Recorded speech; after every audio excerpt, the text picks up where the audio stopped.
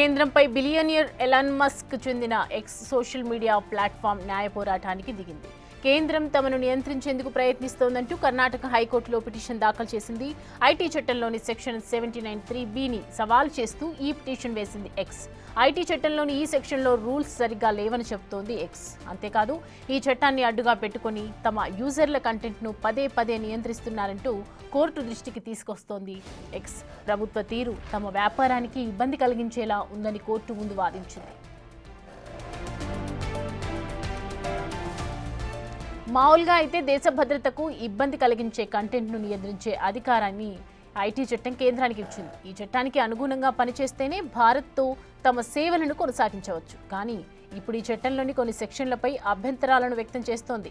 తమ కంటెంట్ను బ్లాక్ చేసే హక్కు కేంద్రానికి లేదని, సెక్షన్ 69A అనుగుణంగా కంటెంట్ను బ్లాక్ చేయాలంటే దానికి ఓ ప్రక్రియ ఉంటుందని, కానీ కేంద్రం ఇవేవీ పట్టించుకోవటం లేదని చెబుతోంది ఎక్స్. కేవలం జాతీయ భద్రతకు ముప్పు అనుకున్నప్పుడే కంటెంట్ను బ్లాక్ చేయాలని 69Aలో పొందుపరిచారని, కానీ 79(3)లో మాత్రం కంటెంట్ను బ్లాక్ చేసేందుకు సరైన రూల్స్ లేవని చెబుతోంది. ఈ పరిస్థితులు దేశవ్యాప్తంగా సోషల్ మీడియాపై సెన్సార్షిప్ విధించే పరిస్థితులకు దారితీసేలా ఉన్నాయంది. అయితే ఎక్స్ వాదనలను కొట్టిపారేసింది కేంద్రం.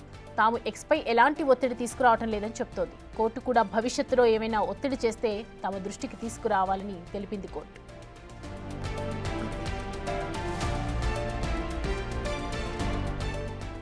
ఈ అంశానికి సంబంధించి పూర్తి డీటెయిల్స్ మా ప్రతినిధి శివ అందిస్తారు. లైవ్ లో శివ. సౌమ్య, కేంద్రంపై ఎలాన్ మస్క్ చెందిన ఎక్స్ న్యాయ పోరాటం చేస్తుంది. కేంద్ర ప్రభుత్వం ఐటీ చట్టాన్ని దుర్వినియోగం చేస్తున్నట్టు కూడా ఎక్స్ న్యాయ పోరాటం జరిగింది. కర్ణాటక హైకోర్టులో ఎక్స్ పిటిషన్ దాఖలు చేసింది. ఐటీ చట్టంలోని సెక్షన్ 79 అలాగే 79(3)(b)ని సవాల్ చేసింది ఎక్స్. అయితే దీనిలో ప్రధానంగా దేశ భద్రతను ఇబ్బంది కలిగించే కంటెంట్ కు మాత్రమే ఆ కంటెంట్ మాత్రం తొలగించాలంటూ కూడా ఎక్స్ పిటిషన్ దాఖలు చేసింది. ఈ సెక్షన్ లో సరైన రూల్స్ లేవని ఎక్స్ తెలియజేసింది. ఇలాగైతే సెన్సార్షిప్ పెరుగుతుందని ఎక్స్ తెలియజేసింది. పెరుగుతున్న ఏదైతే ప్రభుత్వ తీరు తమ వ్యాపారానికి ఇబ్బంది కలిగించే విధంగా ఉందంటూ కూడా ఎలాన్ మస్క్ అలాగే సంస్థ అధినేత ఎక్స్ అలాగే ఎలాన్ మస్క్ కూడా తెలియజేశారు. దీనిలో భాగంగా ప్రధానంగా ఇలా నియంత్రిస్తే తమ యూజర్లకు ఇబ్బంది అంటూ కూడా ఎలాన్ మస్క్ తరఫున ఎక్స్ తరఫున న్యాయవాదులు వాదన వినిపించారు. కేంద్రం రూపొందించిన సహయోగ్ ప్రాజెక్ట్ లో చేరేందుకు ఎక్స్ విముఖత వ్యక్తం చేసింది. Cyber crime coordination centre portal సంబంధించి సహయోగ్ అలాగే సహయోగ్ సంబంధించిన ఏదైతే ఉందో సెన్సార్షిప్ పోర్టల్ అంటూ కూడా ఈ ఎక్స్ తెలియజేసింది. ఈ పోర్టల్ రూపకల్పన చట్టబద్ధత లేదంటూ కూడా ఎక్స్ తెలియజేసింది. తాము ఎలాంటి ఒత్తిడి చేయలేదు.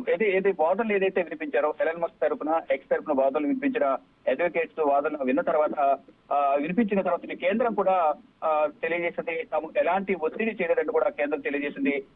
కేంద్రం ఒత్తిడి చేస్తే తమ దృష్టికి తీసుకురావాలంటూ కూడా కోర్టు వాదనల సందర్భంగా తెలియజేసింది. మొత్తం చూసుకుంటే కేంద్రం తమ వ్యాపారానికి నష్టం చేకూర్చే విధంగా కూడా వ్యవహరిస్తుంది అనేది ప్రధానంగా ఎలాన్ మస్క్ ఫైట్ చేస్తున్నారు చట్టపరంగా. కానీ కేంద్రం ఐటీ చట్టాన్ని దుర్వినియోగం చేస్తున్నట్టు కూడా ఎక్స్ తమ వాదనలు వినిపించింది. మొత్తంగా చూసుకుంటే ఈ రోజు కోర్టు వరకు వెళ్లడం పట్ల కూడా కొంత చర్చనీయాంశమైంది. ఏం జరగబోతుంది ఫర్దర్ అనేది కూడా వేచి చూడాల్సి ఉంది. Soumya. Right, thanks for the update Shiva.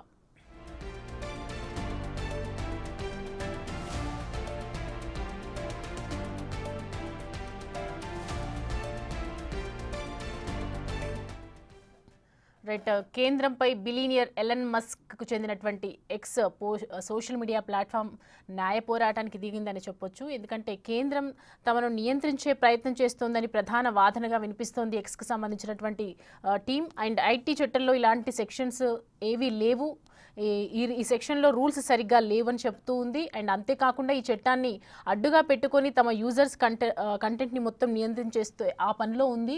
So అందుకు దానికి సంబంధించి వాదన వేసింది, కోర్టులో కేసు నమోదు చేసింది, కోర్టు దృష్టికి తీసుకొచ్చింది. ప్రభుత్వ తీరు తమ వ్యాపారానికి పూర్తిగా ఇబ్బందుల్ని కలిగించే విధంగా ఉంది అని చెప్తూ ఉంది. ఎక్స్కి సంబంధించినటువంటి కోర్టులో వాదన ఈ విధంగా సాగింది. ఒకసారిగా కేంద్రంపై ఇలా ఎక్స్కి సంబంధించినటువంటి పోరాటం చేయటం వల్ల ఒకసారిగా చర్చనీయాంశంగా మారింది.